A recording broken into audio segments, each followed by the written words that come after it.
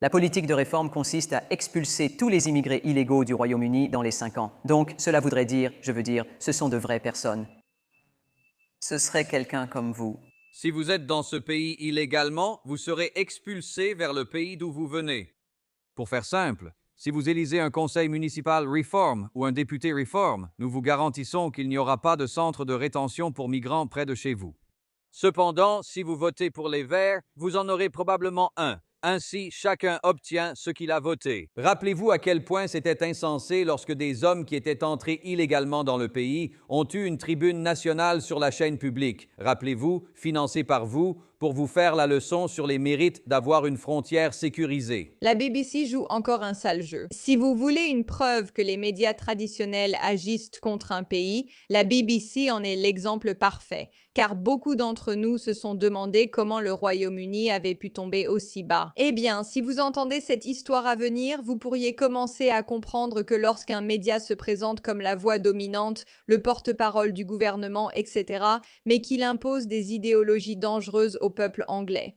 Peut-être que cela explique pourquoi l'Angleterre s'est dégradée à ce point. Vous n'êtes pas prêt pour cette histoire. La BBC a été prise la main dans le sac. Vous vous souvenez quand ils ont placé des migrants illégaux dans le public de Question Time pour me piéger et me demander si un gouvernement dirigé par Reform les expulserait? Pour ceux d'entre vous qui ne le savent pas, ce type vient d'un parti qui est très fermement opposé à l'immigration et qui croit en la remigration. Il a fait cette vidéo qui est devenue super virale à l'époque. À mon avis, c'était peut-être l'une des meilleures publicités politiques jamais faites. Ce n'est pas exagéré. Voici Zach Polanski, alias The Breast Whisperer. Elle t'a demandé si l'hypnothérapie pouvait augmenter la taille de ses seins et tu as accepté. Mais le Mind over Memory n'est qu'une des nombreuses idées folles de Zach. Alors que des migrants illégaux continuent d'arriver sur nos côtes, Zach et son Parti vert disent vouloir que la Grande-Bretagne n'ait plus aucune frontière. Il est maintenant clair que l'ère ratée du parti unique est terminée et qu'il y a une bataille pour l'âme de notre pays entre Reform et les Verts. C'est pourquoi aujourd'hui nous annonçons une nouvelle politique importante. Afin d'expulser tous les migrants illégaux en Grande-Bretagne, nous allons devoir en détenir des dizaines de milliers à la fois. Les migrants ne pourront pas quitter ces centres de détention et chacun y sera retenu pendant 2 semaines environ avant d'être expulsé. Voici donc notre promesse. Un gouvernement dirigé par Reform n'installera aucun centre de détention pour migrants dans une circonscription avec un député Reform ni dans un conseil municipal contrôlé par Reform. Parmi les zones restantes, nous privilégierons les circonscriptions et conseils municipaux dirigés par les écologistes pour installer ces centres de détention pour migrants. Cela signifie des zones comme ici même à Brighton. Pour faire simple, si vous votez pour un conseil municipal Reform ou pour un député Reform, nous vous garantissons qu'il n'y aura pas de centre de détention pour migrants près de chez vous. Cependant, si vous votez vert, il y a de fortes chances que vous en ayez un. De cette façon, chacun obtient ce pour quoi il a voté. Visitez votegreenjettylegals.com. La Grande-Bretagne est brisée. La Grande-Bretagne a besoin de réformes. Je pense que vous comprenez vous-même pourquoi c'est probablement l'une des meilleures publicités de tous les temps, parce qu'elle parle d'elle-même. Au lieu d'essayer de convaincre les gens de voter pour eux, faites en sorte que leur propre politique se retourne contre eux. Si vous n'aimez pas ce que font les autres, montrez aux gens qu'eux non plus n'apprécient pas cela. En résumé, ce n'est pas le sujet de la vidéo, mais on en parle car beaucoup ont mal réagi à sa confiance envers ce genre de politique anti-immigration. Et donc, il passe à la BBC pour en discuter, ce qui est normal pour un politicien qui fait beaucoup de bruit dans les médias. Voyons ce qu'ils ont fait. La politique de réforme consiste à expulser tous les immigrés illégaux du Royaume-Uni en 5 ans. Donc, ce sont de vraies personnes. Ce serait quelqu'un comme vous. Si vous êtes dans ce pays illégalement, vous serez expulsé vers le pays d'où vous venez.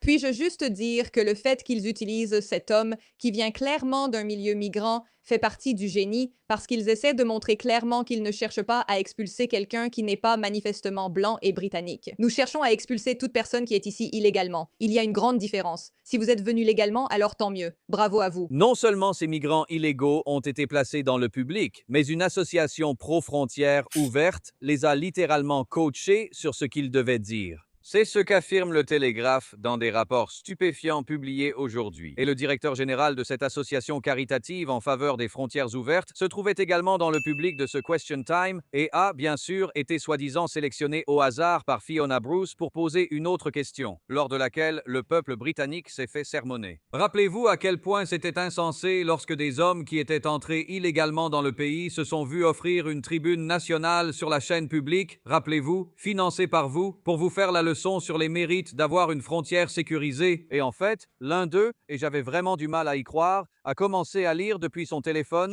ce qui était déjà à l'époque un signe révélateur qu'on lui disait quoi dire et qu'on lui soufflait ses répliques. Il a expliqué pourquoi la Grande-Bretagne ne devrait pas quitter la CEDH, évoquant aussi le protocole d'Irlande du Nord. Je ne savais pas que des hommes entrés illégalement depuis l'Iran devenaient soudain des experts en droit constitutionnel britannique. On comprend maintenant pourquoi. Ils étaient placés là et coachés par cette association caritative pro-frontières ouvertes qui leur soufflait leurs répliques. La BBC était au courant de cela et ils étaient là pour une seule et unique raison: servir de véhicule et de mécanisme à la propagande en faveur des frontières ouvertes de la part de la BBC. Le fait qu'ils aient été dans le public est déjà une honte. Le fait que la BBC l'ait caché est encore pire. J'ai bien peur que la BBC soit moralement en faillite. À ce stade, vous pouvez supposer que chaque information sur la BBC est en fait une opération clandestine d'une association pour les frontières ouvertes.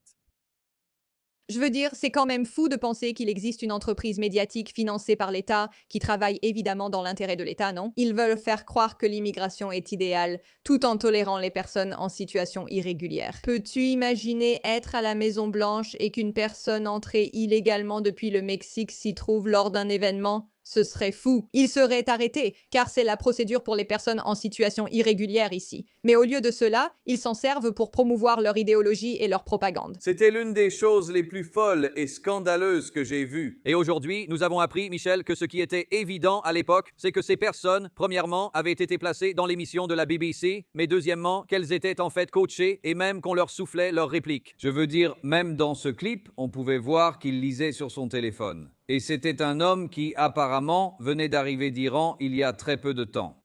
Soudain, il se prétendait expert en droit constitutionnel au Royaume-Uni et me donnait des leçons, ainsi qu'aux Britanniques, sur le plateau. Sur le fait qu'il serait grave de quitter la CEDH et qu'il connaissait aussi très bien le protocole d'Irlande du Nord. Je ne sais pas ce que la BBC fera ensuite. Est-ce qu'ils ont, vous savez, après le budget, ils invitent des braqueurs de banque condamnés pour venir donner leur point de vue? C'était une des choses les plus folles que j'ai vues. Voici ce que nous avons appris aujourd'hui dans le Télégraphe. Vous voyez, l'une des choses dont je pense qu'on ne parle pas souvent, c'est qu'une fois qu'un média vous a menti une fois, peut-être que vous pouvez choisir de lui pardonner, mais cela devrait vraiment être un signal d'alarme. Mais une fois que vous savez qu'il manipule vraiment, totalement et complètement l'information contre vous, cela devrait vous montrer clairement que c'est quelque chose dont vous devez vous méfier. Ce genre d'histoire n'est pas un gros problème à cause de la folie de l'histoire en elle-même. C'est une grande histoire parce qu'elle montre et indique à quel point les médias anglais, les médias financés par l'État, n'ont littéralement aucun problème à faire avancer des objectifs illégaux. Illégal. Ils sont prêts à écouter des personnes illégales contre la loi, tu sais, la loi du gouvernement. Voilà où nous en sommes arrivés, et cela fait partie de la façon dont l'Angleterre a été détruite. Parce que si vous allez permettre ce genre de corruption à ce niveau-là, aux porte-parole des gens qui ont cru et fait confiance à la BBC pendant longtemps, eh bien voilà mes amis. Une histoire comme celle-ci montre qu'on ne peut pas faire confiance à ces médias traditionnels. Ce qu'ils osent est effrayant, mais que les gens ne le voient pas l'est encore plus. La BBC est en grande partie responsable de la chute du Royaume-Uni parce qu'elle a imposé aux gens des idéologies qui sont mauvaises. Il est mauvais de donner de la légitimité à quelque chose d'illégal. C'est tout simplement mal. C'est ainsi que fonctionne la loi. Si c'est illégal, alors ce n'est pas acceptable dans un certain pays. Et pourtant, il continue de le promouvoir sans même avoir peur de le faire devant un député. Merci de votre attention à ce sujet.